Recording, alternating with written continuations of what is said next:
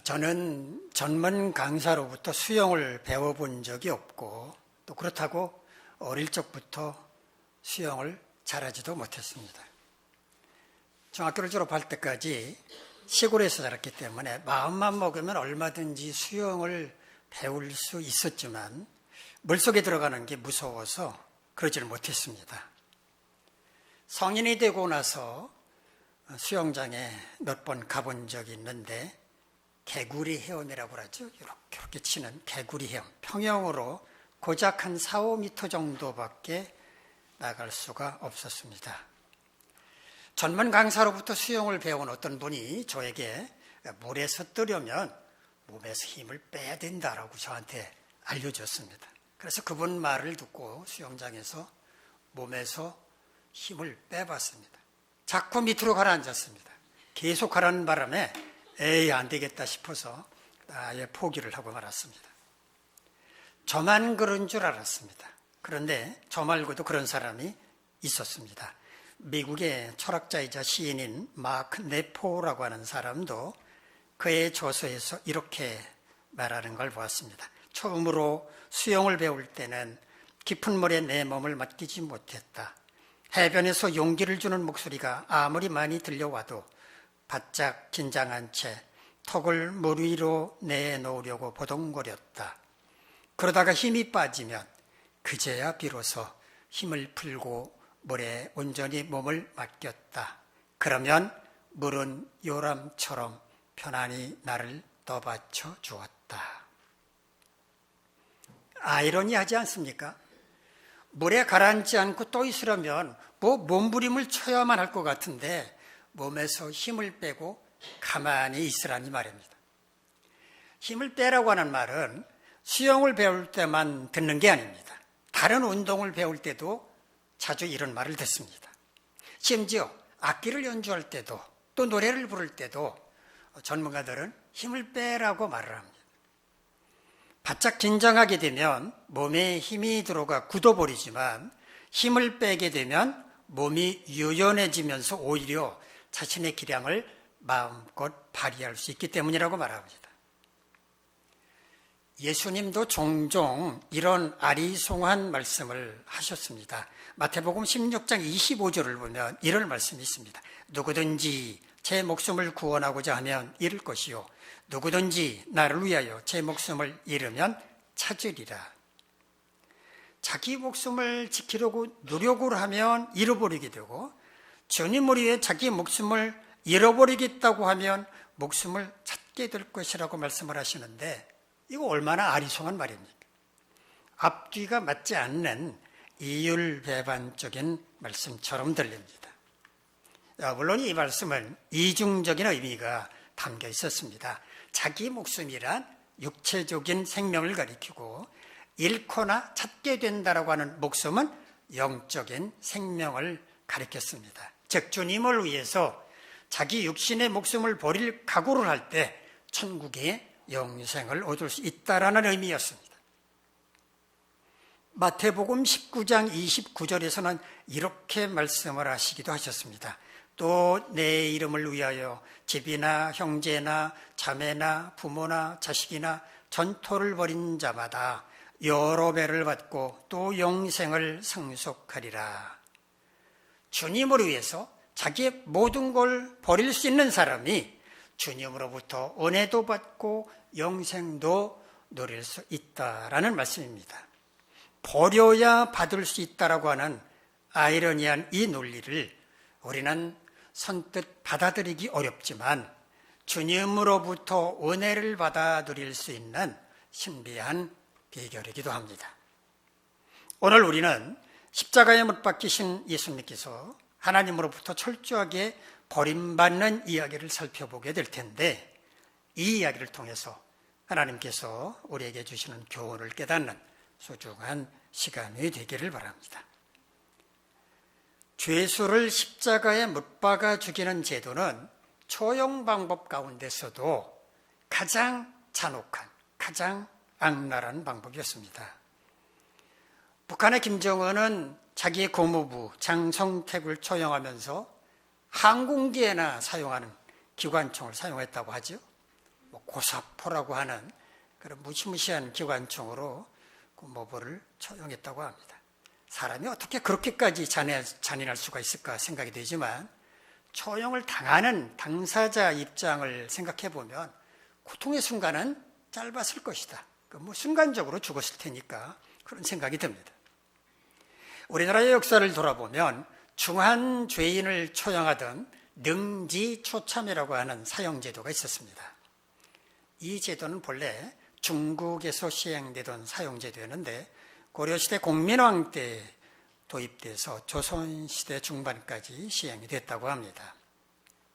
중한 죄를 지은 사람을 기둥이나 형틀에 묶어놓고 온몸의 살을 몸통에서 가장 멀리 있는 손끝과 발끝으로부터 시작을 해서 3cm 단위로 얇게 점연해서 고통을 주는 방식이었다고 합니다.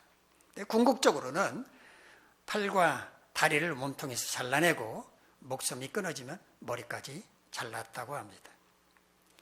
살아있는 상태에서 며칠 동안 계속해서 형이 집행되었을 뿐만 아니라 수천 번의 칼질을 했기 때문에 고통과 출혈로 죽음에 이르는 경우가 많았다고 합니다. 때로는 이미 죽어서 무덤에 매장한 시신까지도 꺼내서 능지초참하는 경우가 있었는데 이걸 가리켜서 부관참시라고 불렀습니다. 자, 이런 걸 보면 우리 조상들도 참 잔인했던 것 같습니다. 십자가 처형은 능지초참에 버금가는 그런 끔찍한 제도였습니다. 양손목 그리고 포갠 발목에 긴 대못을 박은 다음에 죽을 때까지 때로는 며칠 동안 십자가에 매달아 놓았으니 그 고통이 얼마나 극심했겠습니까? 예수님께서 바로 그런 처참한 십자가형을 당하셨습니다. 예수님이 무슨 중한 죄를 지셨기에 이런 극형을 당하셔야만 했을까요? 자신이 하나님의 아들이라며 신성을 모독했다는 유대교 지도자들의 모함을 받고 십자가에 못 박히셨습니다. 그러나 사실은 우리의 죄 때문이었습니다. 우리를 죄로부터 구원하시려고 하는 하나님의 구원 계획에 따라 스스로 희생제물이 되어 돌아가셨기 때문입니다. 우리 마태복음 27장 45절로 46절까지 말씀 함께 읽겠습니다. 시작. 제6시로부터 온 땅에 어둠이 임하여 제9시까지 계속되더니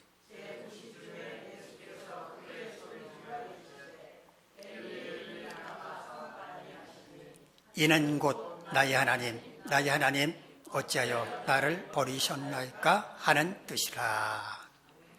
제6시와 제9시란 말이 나오죠. 이 제6시와 제9시는 6시 혹은 9시란 뜻이 아닙니다.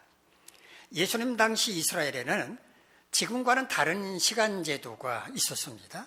해가 뜰 때부터 해가 질 때까지를 12시간으로 나누었습니다. 그래서 해가 뜰 때를 제1시, 해가 질 때를 제12시라고 불렀습니다.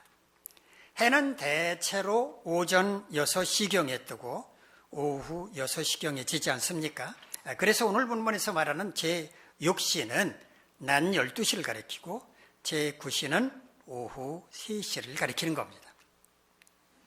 마가복음 15장 25절을 보면 예수님께서 십자가에 못 박히신 시각은 제3시였다고 말합니다. 그러니까 오전 9시였다는 겁니다. 그로부터 3시간이 지난 제6시, 그러니까 낮 12시부터 제9시, 오후 3시까지 온 땅에 어둠이 임했다고 말합니다. 정오부터 오후 3시까지 어둠이 내렸다면 이건 굉장히 이례적인 일이었습니다. 우리도 낮 동안에 어둠이 내리는 걸 볼 수 있습니까? 가끔 볼 수 있습니다. 일식이라고 하는 특별한 우주 현상이 일어날 때입니다. 지구는 태양을 중심으로 둥그런 원을 그리며 돌고 있습니다. 이걸 가리켜서 공전이라고 말합니다. 한 바퀴 도는데 1년이 걸립니다. 물론 지구는 스스로도 돌죠. 이것을 가리켜서 자전이라고 하는데 지구는 서쪽에서 동쪽으로 자전하는데 한 바퀴 도는데 하루가 걸립니다. 달도 돕니다. 달은 지구를 중심으로 둥글게 회전하는데 한 바퀴를 도는데 한 달이 걸립니다. 이처럼 우주에 있는 천체들은 서로 충돌하지 않고 하나님의 섭리 가운데 질서 있게 운행을 하고 있습니다. 그런데 아주 드물지만 특별한 현상이 나타날 때가 있습니다. 태양과 달과 지구가 일직선상에 있게 되는 경우인데요. 이때 중간에 있는 달은 태양이 지구에 비치는 것을 가로막게 됩니다. 이런 현상을 가리켜서 일식이라고 부릅니다. 달이 태양의 일부를 가리게 되면 부분일식, 쪽달처럼 이렇게 조금씩 보이게 되는 그런 부분일식, 전부를 가리게 되면 깜깜해지면 개기일식이라고 부릅니다. 하지만 아주 드물기는 하지만 태양의 중앙 부분을 가리고 가장사리는 고리 모양으로 저렇게 반지처럼 빛나는 현상을 가리켜서 금반지, 금환일식이다라고 말합니다. 자, 그렇다면 예수님께서 십자가에 못 박히시고 난 뒤 3시간 뒤, 난 12시부터 오후 3시까지 태양이 빛을 잃고 온 땅에 어둠이 내렸다. 이 말은 지금 제가 설명드린 개기일식, 전부 달이 태양을 가려서 깜깜해진 그런 현상을 가리켰을까요? 아닙니다. 이때는 일식이 발생할 수 없는 때였기 때문입니다. 일식 현상이 일어나는 것은 아까 말씀드린 것처럼 태양과 달과 지구가 일직선상에 있을 때라고 말씀을 드렸습니다. 그런데 만약에 달이 태양과 지구 사이에 있지 않고 반대로 태양, 지구, 달 반대편에 달이 있게 되면 어떤 일이 벌어지는 줄 아십니까? 어떤 특별한 일이 벌어지는 것은 아니고 지구에서 보름달을 볼 수 있게 됩니다. 우리가 보름달을 볼 수 있는 때는 언제입니까? 음력 15일, 보름이죠. 그때를 보름이라고 하는 건 아마 보름달을 볼 수 있기 때문에 보름이라고 그런지도 모르겠습니다. 그런데 예수님께서 십자가에 달리실 때는 6월절이었는데 6월절은 유대인의 달력으로 1월 15일부터 시작이 됐습니다. 그런데 유대인들은 어떤 달력을 썼는가? 음력을 사용을 했습니다. 그러므로 이때는 보름달을 볼 수 있는 때였지, 아까 말씀드린 것처럼 달이 반대 방향이 있기 때문에 태양을 가릴 일이 없는 때였지 일식이 일어날 수 있는 때가 아니었다는 말입니다. 이날 해가 빛을 잃고 온 땅에 어둠이 내리는 것은 하나님께서 그렇게 하신 것이었다라는 말입니다. 그러면 하나님은 왜 태양을 가리셨을까요? 왜 온 땅에 어둠이 내리게 하셨을까요? 십자가에 못 박힌 채 고통 가운데 죽어가고 있는 아들의 모습을 가리시기 위해서였습니다. 더 이상 세상 사람들의 조롱의 대상이 되지 않게 하시려고 온 땅에 어둠을 내리셨던 겁니다. 어쩌면 하나님께서도 그 가슴 아픈 광경을 보지 않기 위해서 어둠을 내리셨는지도 모르겠습니다. 그런데 제9시쯤, 즉 오후 3시경 예수님께서 이렇게 크게 소리 지셨다고 말합니다. 엘리 엘리 라마 사박다니. 엘리는 히브리어입니다. 나의 하나님이란 뜻입니다. 라마는 히브리어로 왜, 어찌하여 이런 뜻입니다. 사박다니는 히브리어와 비슷한 아람어인데요, 나를 버린다라는 뜻입니다. 그러니까 십자가에 못 박히신 예수님께서 엘리 엘리 라마 사박다니라고 크게 소리지셨다는 말은 나의 하나님 어찌하여 나를 버리셨나이까 라는 뜻이란 말입니다. 그러나 이것은 예수님께서 단순히 고통을 견디지 못하고 마지막 절규를 하신 거라고 보아서는 안 됩니다. 왜냐하면 나의 하나님 어찌하여 나를 버리셨나이까, 이 말은 예수님이 처음 하신 말씀이 아니고 시편 22편에 이미 나와 있는 말씀이었기 때문입니다. 우리 시편 22편 1절 말씀 화면을 보면서 한번 같이 읽겠습니다. 시작. 내 하나님이여 어찌 나를 버리셨나이까.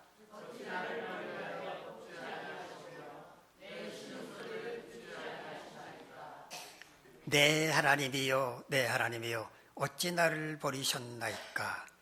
예수님께서 부르셨던 것과 똑같지 않습니까? 시편 22편은 다윗이 쓴 시입니다. 그런데 예수님의 고난을 미리 예언한 내용이 많이 나오는데요. 이 시편은 고난으로 끝나지 않습니다. 후반으로 가면 복음이 온 땅에 널리 전파됨으로써 모든 나라 모든 민족이 하나님을 예배하는 이야기로 마무리됩니다. 예수님은 이 시편의 말씀을 알고 계셨습니다. 따라서 예수님께서 나의 하나님 어찌하여 나를 버리셨나이까라고 부르짖는 것은 단지 고통 가운데서 절규하신 것이 아니라 하나님의 구원 계획이 성공할 것을 확신하며 외치신 말이라는 겁니다. 시편의 말씀대로 제가 고통을 당하며 십자가에서 죽음으로써 하나님의 구원 계획이 이루어져서 많은 인류가 구원받고 하나님을 찬양하게 될 그날을 소망합니다 라고 소리치신 것이라고 이해해야 한다는 겁니다. 자, 그렇다면 우리는 나의 하나님 어찌하여 나를 버리셨나이까 라고 하는 주님의 부르짖음을 통하여 무엇을 깨달아야 할 것인지 생각해 보도록 하겠습니다. 첫째는요, 예수님께서 그토록 고통스러운 십자가를 지셔야만 했던 이유는 바로 우리의 죄 때문이라고 하는 것을 깨달아야 합니다. 예수님은 십자가 처형을 당할 만한 죄를 짓지 않으셨습니다. 대제사장, 서기관, 장로들이 중심이 된 사내들인 공회가 예수님이 스스로 자신이 하나님의 아들이라고 말했다면서 신성모독죄로 사형을 선고한 다음에 빌라도 총독에게로 넘기게 됩니다. 빌라도 총독이 사건을 접수하고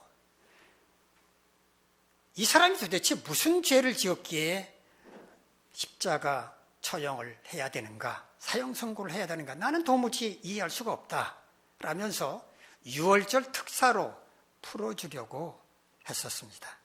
그러나 집요한 대제사장, 장로들의 압력, 그리고 그들의 사주를 받은 무지한 백성들이 예수를 십자가에 못 박으라고 소리치자 이러다가 소요사태가 일어나면 어쩌나 하는 그런 염려로 빌라도 총독이 예수님에 대해서 십자가 처형 선고를 했던 겁니다.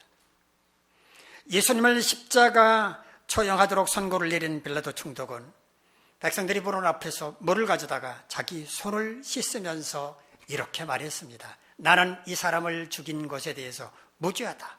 그 죄는 오로지 너희들이 담당해야 한다. 이 말은 예수님에게는 아무 죄가 없었지만 사내들인 공회, 백성들이 예수님에게 죄를 뒤집어 씌워서 십자가에 못 박게 했다라고 하는 것을 빌라도 총독이 인정한 것이나 마찬가지였습니다. 예수님께서 얼마나 어처구니 없는 이유로 십자가 처형을 당하셨는지 말해주는 겁니다. 그러나 사실은 이것은 이미 계획된 일이었습니다. 예수님 자신도 장차 그런 일이 일어날 것을 아셨고 제자들에게 여러 차례 말씀하기도 하셨습니다. 다만 빌라도 총독이나 대제사장들이나 서기관들이나 장로들이나 또 그들의 사주를 받은 무지한 백성들은 예수님을 십자가에 못 박는 악한 도구로 사용되었을 뿐입니다. 그렇다면 한 점 죄도 없으셨던 예수님께서 왜 십자가에 달려 돌아가셔야만 했습니까? 죄 가운데 있던 인류를 구원하시기 위해서였습니다. 구약시대에는 죄를 지을 때마다 속죄 제사를 드렸습니다. 죄를 씻기 위해서는 피를 흘려야만 했는데 자기 대신에 짐승을 희생제물로 삼아서 그것을 죽여서 그 피를 바침으로써 죄를 용서받았습니다. 그런데 그런 제사는 단 일회성이었습니다. 한 번으로 끝났습니다. 또 다른 죄를 짓게 되면 또 다른 제사를 드려야만 했습니다. 하나님은 인류의 죄를 근본적으로 해결할 계획을 세우셨습니다.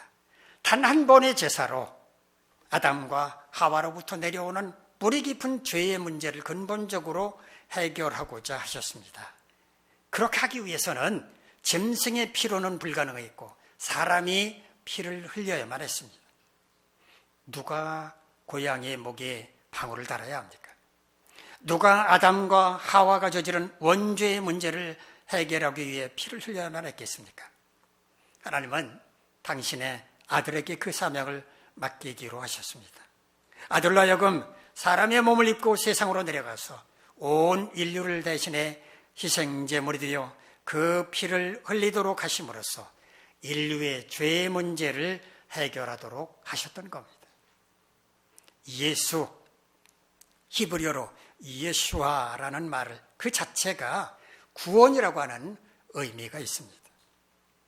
예수님은 인류를 죄로부터 구원하시기 위해 하늘 보좌를 버리시고 사람의 몸으로 이 땅에 오셨고 마침내 때가 되어 인류의 무거운 죄의 짐을 대신 지시고 십자가에 못 박혀 돌아가셨던 겁니다. 그러므로 우리는 나의 하나님, 나의 하나님 어찌하여 나를 버리셨나이까 라고 하는 주님의 부르짖음을 마주대할 때마다 주님은 바로 내 죄로 인해 고통을 당하셨다라고 하는 것을 깨닫고 가슴을 치며 회개할 수 있어야 합니다. 어떻게 회개할까요? 매일 정해진 시간에 하나님 앞에서 기도하고 그 시간에 회개하는 것이 가장 좋습니다. 그 시간이 새벽이면 새벽에 하고 저녁이면 저녁에 하되 하루 동안에 있었던 자신의 언행, 심사, 말과 행동과 마음의 생각까지 낱낱이 회개해야 합니다. 회개가 생활화된 사람은 고집스럽지 않습니다. 그래, 내가 잘못했어. 미안해. 내 탓이야. 이런 말을 할 줄 아는 사람입니다.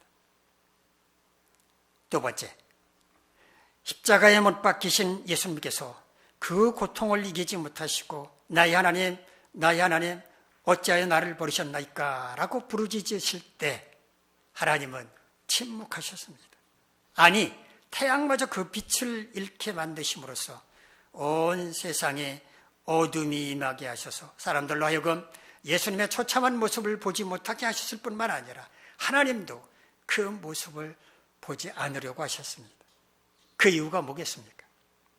마음이 약해지면 구원 계획이 물거품이 될 수 있었기 때문이었습니다. 모든 인류를 죄 가운데서 구원할 수가 없었기 때문입니다. 그러므로 우리는 나의 하나님, 나의 하나님 어찌하여 나를 버리셨나이까 라는 주님의 부르짖음을 대할 때마다 아들을 버리신 하나님의 마음은 얼마나 아프셨을까 헤아릴 수 있어야 할 뿐만 아니라 아들을 버리면서까지 우리를 죄에서 구원하신 하나님의 그 크신 사랑을 깨달아 알 수 있어야 합니다. 하나님의 크신 사랑을 깨달으면 어떻게 되는 줄 아십니까?